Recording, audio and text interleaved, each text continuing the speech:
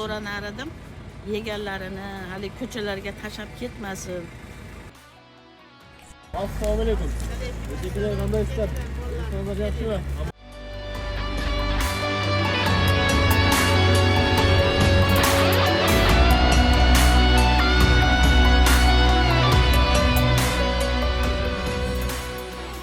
Ana bunday narsalar ko'p berasiz. Rahmat, Alloh rozi bo'lsin. Ehsoningizga Alloh Archil bizni siylab atkelasinglar, rahmat. ikki dunyo baxtchilikda yashangizda, Qirg'iziston o'rniga o'ssin.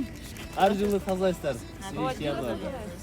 Урматтуу достор, караңыздар, ушундай апаларыбыз 3,5-4'тө таптуу уйкусун бузуп туруп, биздин тазалыгыбыз үчүн ушундай бир салым кошуп мээнет кылып атат. Албетте бул апаларыбыздын мээнетин акташыбыз керек. Урматтуу достор, тазалык шаарыбыз баарыбызга. Ушундай апаларыбыз, эжекелерибиз бар Odamlardan болсун. so'ranar, tozalik har doim kerak. Bu dunyoda ham tozalik kerak, u dunyoda ham tozalik, pokizalik kerak. Buni to'liq o'shimiz Qirg'iziston bo'yicha tozalikka rioya qilaylik.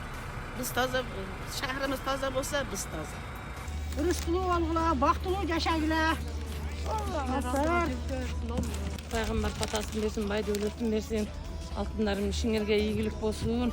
Buluş üçün anında erten geç bulup bilsen bugün oyğum Jetbisin biyiklerge ümit düşsün Kança can öldü. Biz geçinde 31 gün erте менен баштаганбыз.